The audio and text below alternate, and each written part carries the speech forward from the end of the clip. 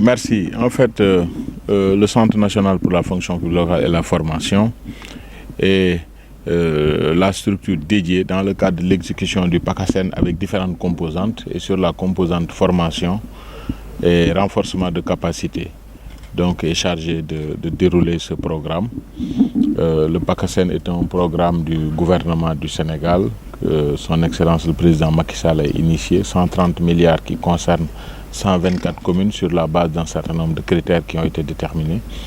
Et la capacitation, l'habilitation, le renforcement des capacités fait partie des intrants qui devront permettre aux collectivités territoriales d'atteindre les objectifs de gouvernance et de développement local.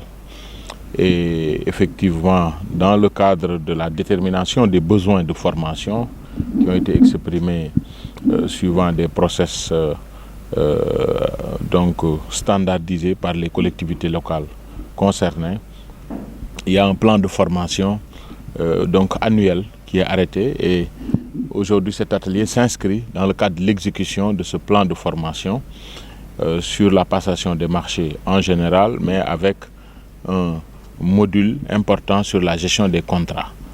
Une chose, c'est de respecter toute la procédure d'appel à la concurrence, de présélection, de disposition préliminaire, mais un contrat n'a de finalité qu'une fois qu'il est bien exécuté de façon efficiente et dans l'intérêt, bien sûr, de la collectivité.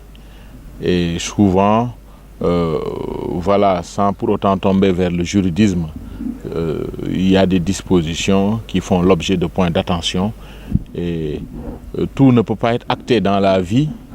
Il est évident que à chaque fois les retours d'expérience, la consolidation des connaissances peut aider en tout cas à éviter en tout cas des conséquences néfastes sur le vécu des populations. C'est des chantiers en retard, c'est des chantiers exécutés peut-être en ne respectant pas forcément les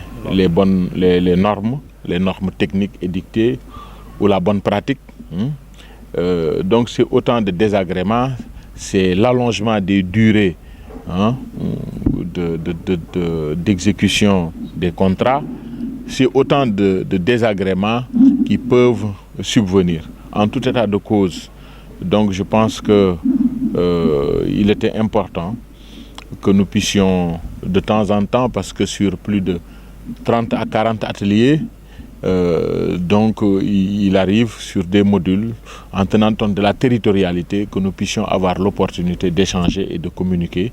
Mais c'est un plan assez vaste qui touche ces 124 collectivités chaque année, sur des modules aussi divers que variés. Maintenant, cet atelier se tient dans un contexte où nous allons aborder dans les prochains mois 2 grands programmes.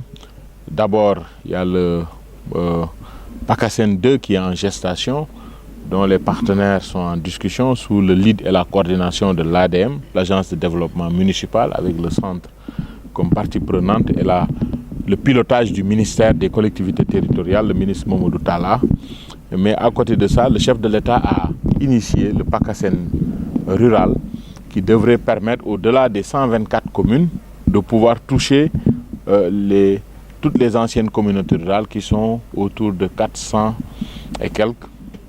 Et donc c'est tout ce maillage qui permettra aujourd'hui, au même titre que les ressources financières, les ressources matérielles, que la ressource humaine soit davantage prise en charge, considérée dans les intrants qui devront permettre de délivrer des prestations de qualité aux populations. Et rappelons-le toujours, la finalité d'une collectivité, c'est des prestations à la communauté dans le cadre d'une décentralisation et d'une gestion de proximité.